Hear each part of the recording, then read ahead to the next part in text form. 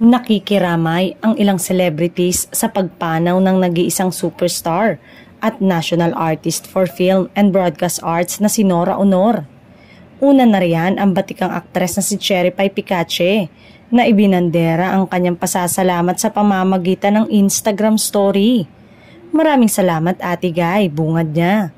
Para sa mga hindi aware, nakasama ni Cherry Pie Picache ang iconic actress sa pelikulang Whistleblower noong 2016.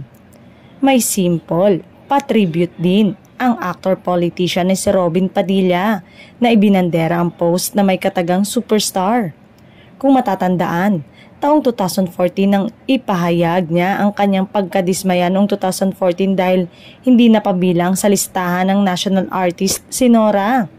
Pati ang actress na si Lovie Poe, ibinandera ang kanyang pagpupugay para sa nag-iisang superstar.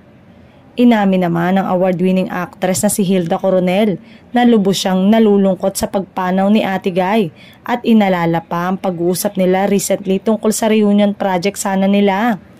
At marami pang kapamilya at kapuso artist ang nalungkot at nakikiramay sa pagkawala ni Nora Aunor.